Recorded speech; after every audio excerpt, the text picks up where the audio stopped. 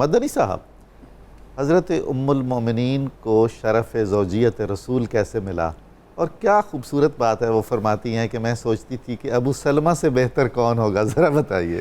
بسم اللہ الرحمن الرحیم۔ حکیم کائنات، فخر کائنات، محبوب کائنات حضرت محمد عربی صلی اللہ علیہ وآلہ وسلم کے جتنے بھی کام ہیں وہ سارے حکمت سے بھرے ہوئے ہیں۔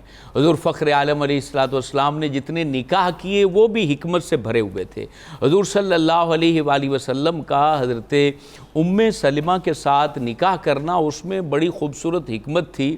سب سے پہلی بات تو حضور علیہ السلام کا یہ نکاح بنو مخزوم کو جو دشمنی تھی ان کے دلوں میں، اس کو نرم کر دیتا ہے، اور وہ حضور علیہ السلام کے معاملے میں سوچنے پر مجبور ہو جاتے ہیں، حضور علیہ السلام کے قریب ہونے پر مجبور ہو جاتے ہیں۔ آل ہاشم اور آل مخزوم کا پہلا باقاعدہ رشتہ ہے، پہلا باقاعدہ رشتہ تھا، اور اس کی وجہ سے اسلام کو بڑی برکات ملی ہیں، مسلمانوں کو بڑی خیر نصیب ہوئی ہے۔ دوسری بڑی وجہ اس نکاح کی یہ تھی کیونکہ نبی پاک علیہ السلام کو اللہ تبارک و تعالیٰ نے علوم غیبیہ بھی عطا فرمائے ہیں۔ حضور جانتے تھے کہ کون کتنی دیر تک اس دنیا میں میرے بعد رہے گا۔ دو ایسی ازواج ہیں جنہیں اللہ رب العالمین نے بہت عمر عطا فرمائی، اور نبی پاک صلی اللہ علیہ وآلہ وسلم کے دنیا سے رحلت فرمانے کے بعد وہ بہت عرصہ صحابہ کرام کے درمیان تشریف فرما رہی، اور وہ قرآن و سنت کی یونیورسٹیاں بن کے رہی۔ ان میں یہ حضرت ام سلمہ ہیں اور حضرت عائشہ صدیقہ ہیں۔ تو حضرت ام سلمہ وہ ہستی ہیں جن کی ذریعے سے اللہ رب العالمین نے دین کو پھیلانا تھا، دین کی ترویج ہونی تھی، اور حب اہل بیت کی ترویج ہونی تھی، قرآن کی محبت کی ترویج ہونی تھی، اور نبی پاک علیہ السلام کی جو گھریلو زندگی ہے، حضور علیہ السلام کی جو خفیہ عبادات ہیں، حضور علیہ السلام جو قرآن مجید کے معنی ان کو سمجھا کے گئے تھے، وہ ان کے ذریعے سے صحابہ تک پہنچنے تھے، اور بڑے بڑے جید صحابہ، یہاں تک کہ فقیہ صحابہ، حضرت عبداللہ ابن عباس جیسے صحابہ، مفسر قرآن صحابہ، وہ ان سے علم لینے والے اور فیض لینے والے، اور ان کے ذریعے سے دین جو ہے وہ اکناف عالم میں پھیلا۔ اور تابعین کی کثیر تعداد، تابعین کی بڑی تعداد، کیونکہ اللہ رب العالمین نے 60 ہجری تک ان کو زندگی عطا فرمائی۔ تو یہ حضور صلی اللہ علیہ وآلہ وسلم کے در دولت پر کیسے حاضر ہوئیں اور کس طریقے یہ رشتہ قائم ہوا، یہ بڑا خوبصورت اس میں واقعہ ہے، اور یہ ان کی قسمت اور نسبت ہے جو اللہ رب العالمین نے ازل سے قائم فرما دی تھی۔ حضرت ابو سلمہ کے ساتھ انہوں نے بہت اچھی زندگی گزاری، اپنے شوہر کی وفاداری اور اللہ رب العالمین کی محبت پر استقامت نے ان کو اجر دیا کہ یہ رسول اللہ کے عقد میں سبحان اللہ، سبحان اللہ، یعنی اپنے شوہر سے وفا کی ہے، اور ایسی وفا کی آپس میں باہم، جیسے میاں بیوی محبت کی باتیں کر رہے ہوتے ہیں۔ ایک دفعہ باتیں کر رہے تھے اور انہوں نے کہا کہ ہمارے یہ 5 بچے ہیں، تو میں یہ چاہتی ہوں کہ ہم آپس میں وعدہ کریں کہ اگر میں فوت ہو جاؤں تو آپ نے عقد نہیں کرنا ہے، نکاح نہیں کرنا ہے، ان کی پرورش کرنی ہے تاکہ یہ بھٹکے نہ اور بہکے نہ، ان کی اچھی تربیت ہو جائے، اور اگر آپ دنیا سے پہلے چلے گئے تو میں نہیں جو ہے نا دوسرا عقد نہیں کروں گی۔ اللہ اکبر۔ حضرت ابو سلمہ نے کہا نہیں، میں تو یہ نہیں کہتا، میں آپ کو یہ دعا دیتا ہوں کہ اگر میں چلا جاؤں تو اللہ مجھ سے بہتر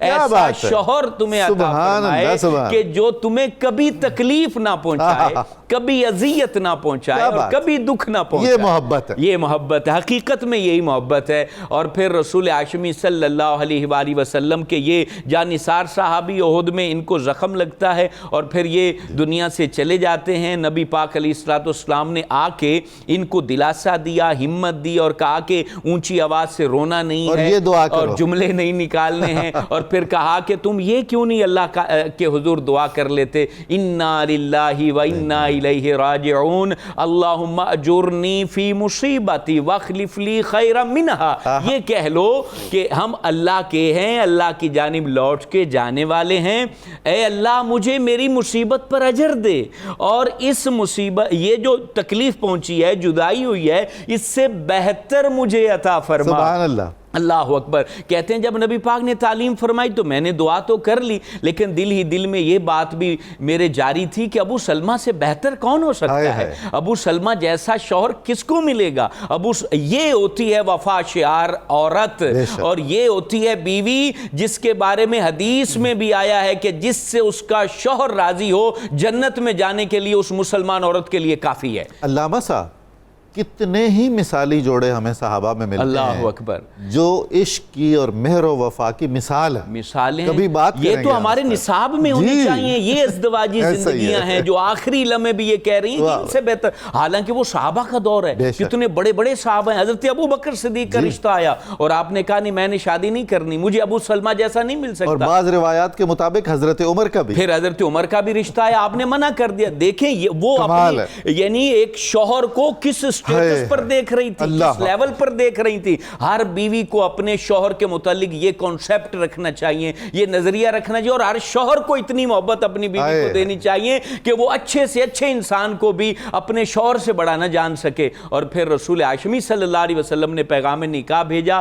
تو آپ نے کہا کہ حضور چند باتیں ہیں، وہ آپ نے باتیں کی کہ آپ کا مرتبہ چونکہ بہت بلند و بالا ہے اور چند چیزیں ہیں، مجھ میں غیرت بہت زیادہ ہے، کہیں خطا نہ ہو جائے، میرے پاس بچے ہیں تو ان بچوں کا جو بوجھ ہے وہ بھی آئے گا، اور اس کے علاوہ جو ہے نا وہ میرا ولی بھی یہاں مدینے میں نہیں ہے. تو حضور علیہ الصلوۃ والسلام نے کہا تمہارا ولی تو میرے نکاح کو منع نہیں کرے گا، اور پھر تمہارے بچوں کی پرورش میں کر لوں گا، اور اللہ سے دعا کروں گا کہ جو تمہارے اندر حمیت اور جلال ہے وہ اللہ تعالیٰ کچھ کم کر دے. اور وہ پوری ہوئی دعا، وہ پوری بھی ہوئی. تو حضور علیہ السلام کے عقد میں آئیں اور پھر حدیبیہ کے مقام پر اتنا بڑا مشورہ دیا کہ آج تک تاریخ کے اندر ایک بہترین عقل مند دانا خاتون کی وہ مثال موجود ہے. آپ نے کہا حضور آپ ان کو کہہ رہے ہیں کہ ہلاک کروا دیں، جانور ذبح کر دیں، ان کو ذرا بھارا پڑ رہا ہے کیونکہ کعبے کا دیدار دل میں مچل رہا ہے، امنڈ رہا ہے، بڑی تکلیف ہے، تو آپ کیوں نہیں خود ہی یہ سارے عمل پہلے کر دیں تو آپ کو دیکھ کر آپ کے جانثار یہ سارے عمل کر لیں گے. تو حضور علیہ السلام نے کہا بہت خوبصورت مشورہ ہے.